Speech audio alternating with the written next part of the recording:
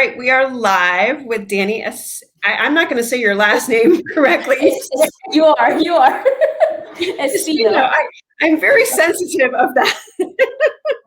I married into a really great last name that you can say a lot of different ways, but my maiden name is James, so it's super easy. But I'm like, I don't want to screw this up. No, you're good. You're good. Awesome.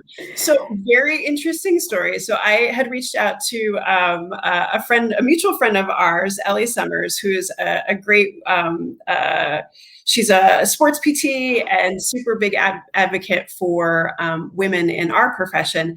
And I was like, Ellie, I need to know who are the new voices out there in running, and I would love a female woman of color in PT. And she's like, Dani, you need to talk to Dani. And I think I probably scared the crap out of Dani. I'm like, well, lady pelvic floor PT here, talk to me.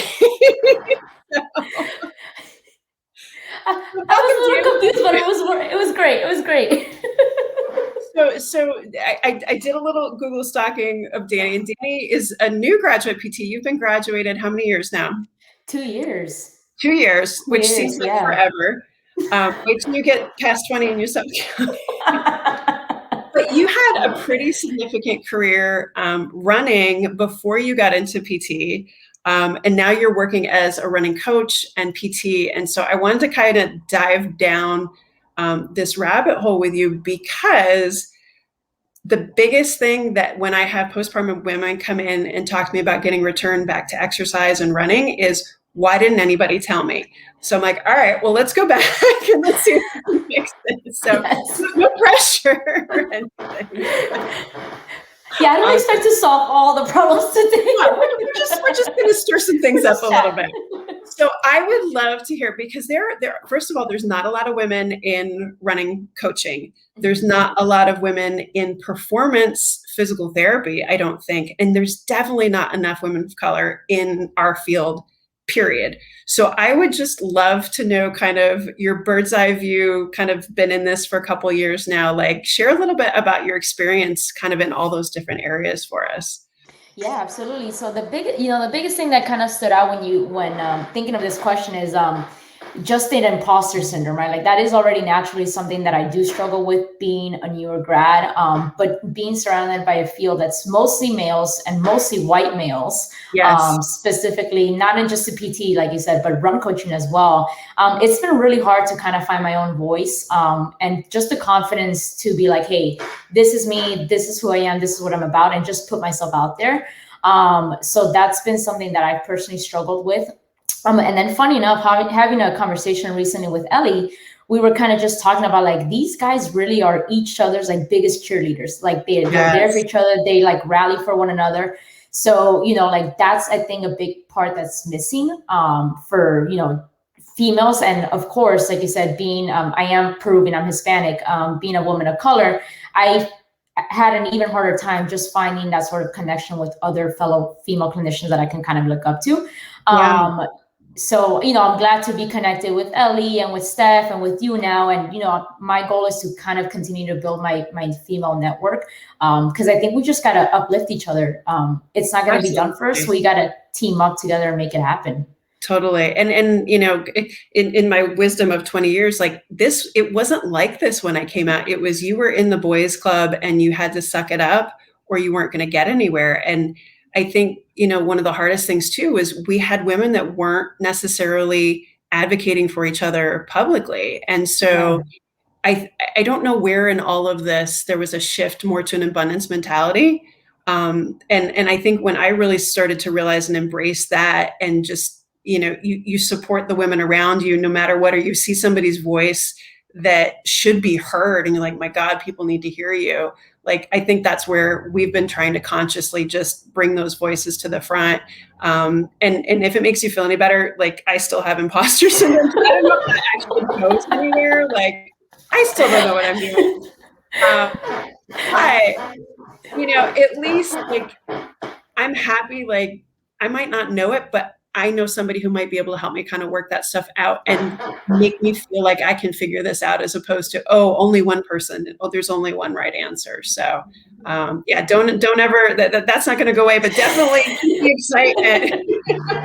Yeah, absolutely. I'm happy to have, like I said, a lot of female clinicians now that I can kind of look up to and reach out to if I need some help and Awesome. guidance. That's So so yeah, good. So kind of we're going to dive right in here. Like, what are your yeah. thoughts about the gap and fully understanding you're kind of on one side of it, not necessarily even knowing that there's a bigger gap ahead, but seeing that between, high school and college athletes, and then what happens to them after they're out of that training and so on. Like, what are your thoughts as far as that gap goes, how we treat our female athletes early on? Because it really is a lot of, we were just talking before this, like all of my track coaches were the football coach all the time. So where is this coming from? Yeah, and I think that's in the short version. I think that's comes down to the biggest issue is like a lot of our female sports are primarily coached by males, and a lot of times they're not even running specific coaches, right? They've been like the football coach, the basketball coach. I've had a baseball coach be one of my cross country coaches. So I think that's a big missing part. And then the other part is I kind of thought about this question a little bit is we're kind of still stuck in that mentality in high school, especially of no pain, no gain, go big or go home. Yeah. So we kind of treat our female athletes the exact same way across the board with our males. And I'm a big believer that women are just as equipped to do the same thing as males, but also understanding that that's a time that as a female, you're going through like the developmental stages. Not only that, but really like, unfortunately, girls are struggling more and more with now comparing themselves to like social media and like what an ideal person should be. So that's a lot of stuff that we need to be able to navigate through. So it doesn't even come down to the training. It's like, I just think we're missing a big part of like addressing the nutrition, like the stress, all the other stuff that we know is important for them to perform ultimately. Well, and I think kind of just continuing that stream, like as soon as you hit, childbearing age and having kids, I think women, all of a sudden, it's almost like the first time you have permission to talk about these other things. And it's kind of ridiculous because you're all of a sudden expected to flip the script and go back but the messaging, exactly all the stuff that you said, the comparison still happens. Like you're expected to continue to do the same. Like I had a client earlier in the week that she was very clear on, well, maybe if I just rest it, it'll get better. I mean, all of us were taught that in high school. Like these messages that we're telling our kids very early on may not be the next best evidence, but they infiltrate into what happens in the future. And I mean, this is a well-educated woman that now has, a baby, and she's trying to use the same mindset from high school training in a postpartum body, trying to get back to movement. And it blows my mind that we're not teaching people that things are changing and to anticipate the stuff that might be coming. Right. I almost think that I used to be a teacher before I was a physical therapist. Yeah. I taught middle school math and science, but super hard. Both my parents were teachers, so I'm.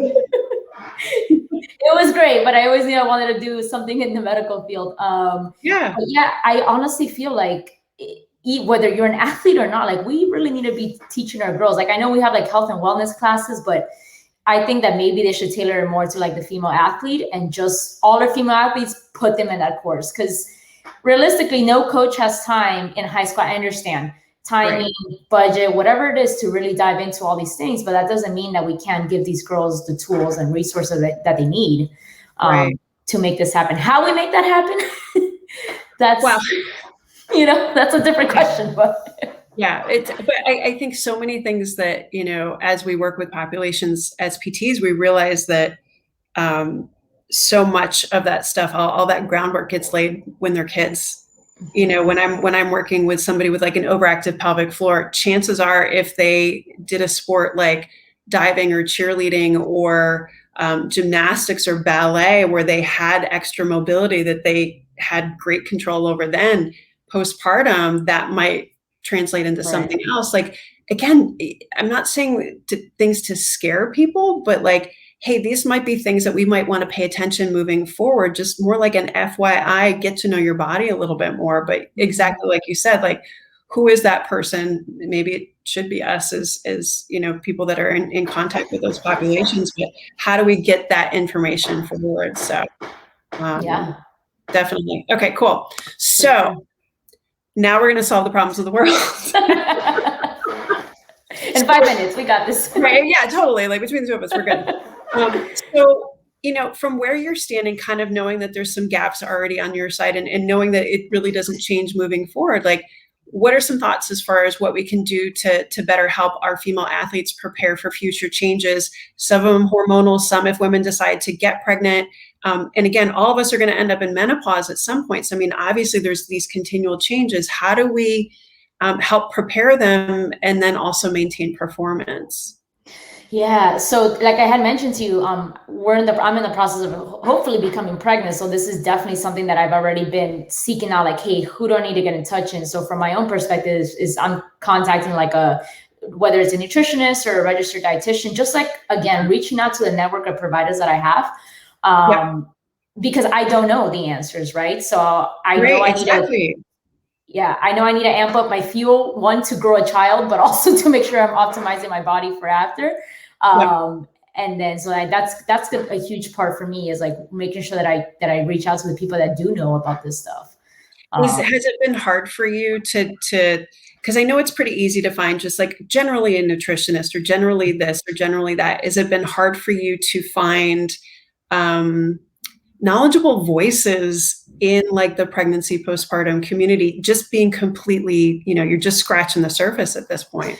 Yeah, I honestly, like I said, I'm scratching the surface. Kind of the mindset I went with right now is that I was going to talk to a nutritionist that works with runners specifically. Yeah. Because I know for sure, like, hey, they'll nail this down. And then my hope is that they have, either they know of someone or they feel comfortable enough to help me guide me as well along through the pregnancy. But I honestly haven't found a voice. If you have any recommendations out there, we'll chat with you. I was like, now you're hooked up. now I'm ready to go. Well, I think that's actually one of that brings up a really good point, is that usually we turn to the resources that we have. And I think that's, I mentioned, my kids are 10 and 7, like I turned to the resources I had, and I probably had more than the average person already working in pelvic and postpartum, but that wasn't even enough. Like I really had to backtrack and dive into where there was data. And the fact of the matter is the research is not awesome as far as, and it hasn't been until recently that we're getting athletes that are training and performing pregnant and returning back to performance so quickly. And athletes that are, continuing their career, having little kids. I mean, and not just track. I mean, I follow CrossFit quite a bit. There's a lot more CrossFit moms now. Yes. I think there's just so many more women that are in performance sports that are trying to navigate this. And what we're finding is we're literally at the forefront. We're trying to patch together. So for example, the return to run guidelines that came from the UK for postpartum last year, so in 2019, that literally is like Mom Goom, a bunch of pelvic floor PTs kind of patching together return to run after injury, and then maybe kind of what we know about female athlete. Like we're hodgepodging this stuff together. And when you would think there should be a great, nutrition resource for pregnancy, yes, but do they have the background in performance and what? And I think what happened for a long time is you're like, okay, I can tell you about nutrition, but you shouldn't be performing at this level running. This is a bad idea. Not understanding that, yes, you actually can. Right. And so really that's where I think a lot of these boundaries are getting pushed. Whereas, we used to say, okay, maybe you shouldn't, or maybe you should start running right away at 6 weeks. Okay, well, maybe wait a little bit and build up some of this other stuff that we've learned. Or, I feel like there's just so many opportunities for us to kind of say, all right, this is kind of what we know about some things, but we really don't know. And you kind of have to try and see what works for you, which is really scary. It's scary. And I mean, as a clinician, like, I'm sure you were the same way. Like, I'm kind of excited to go through the process. So I could be like, hey, this is what I went through. This is what I did. Sorry, my Siri is writing everything I'm saying. Oh, that's hysterical. Well, now we'll Yeah. Well, I read that as a series, and just kind of test things out on my own, so we'll see how that goes. And I think the biggest thing, I mean, if I had to go and talk to my former self, like my intention was and I never at the level that you were, but I was going to run through the pregnancy and feel really great, and basically run into the delivery room, and because we're taught if we're active, yes, the baby's going to be perfect and go to Harvard, and just yeah. I'm going to cut to no, that doesn't happen. No, like I distinctly remember. I think I've even written about this. Like I think it was 19 weeks. I started out for a run. I emptied my bladder before I left, and no joke, like every 100 feet, I was like, I gotta pee. And then like my symphysis pubis, I'm having all this pain. And like, I called my husband like 3/4 mile later, I'm sitting on a rock next to the Potomac River. And I'm like, I can't run anymore. Wasn't part of the plan, Right. So, and those are the things that like can devastate you. And it's funny now, it was not funny then. I'm sure. Yeah. But it's really hard, I think, when you go in with a lot of expectations, but I always tell people, I'm like, the second you even think about getting pregnant is when you've lost control, because you don't know how it's going to play out. You can do the very best you can, and that's parenting 101. Like you can do the very best you can with what you have, but it's not up to you anymore. So you didn't know you were going to get a parent lecture, did you? No. Like, do I want to do this? I don't know.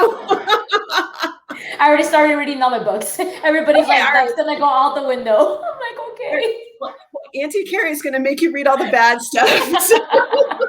Please do. Prepared and educated. Yes. So just one more question I happen to think of, like when you're working with, these younger women, are you in a situation that, you're able to have these conversations, about Rett syndrome and about nutrition and how, or, even hormones and how things might be changing? Like, do you see yourself kind of like, do you have those conversations now? Do you see that as an opportunity to kind of grow and build in the future, to start to kind of maybe connect our worlds?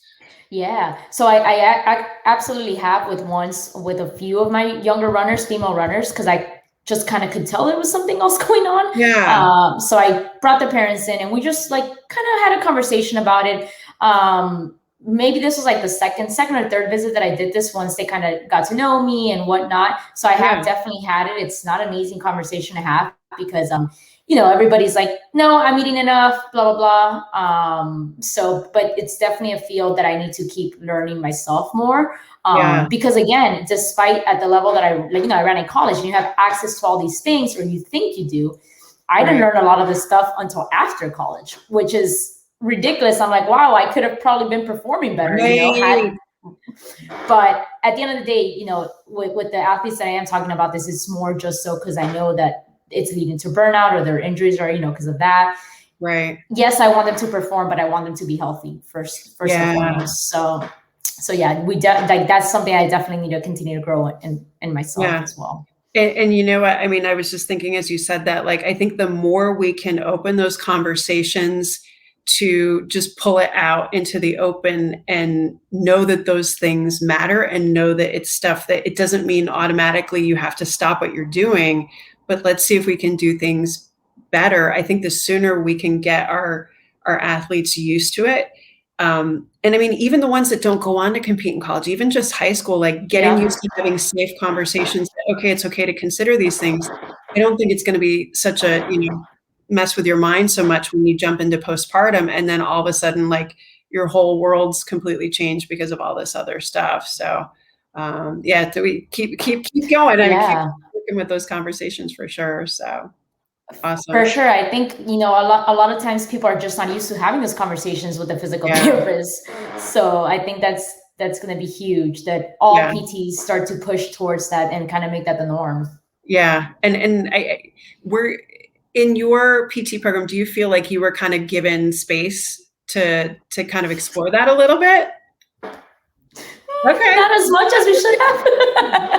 No, it's hard. I teach it. I'm adjunct at Marymount University here locally. And the one thing I always leave them with is because their last capstone, you know, they have to talk about their hypothesis and what they think is going on. I'm like, you paid a lot of money to have an opinion, and tell me what you think and pull all this stuff together. Like, I want you to treat like you're a doctoring profession, not like a technician.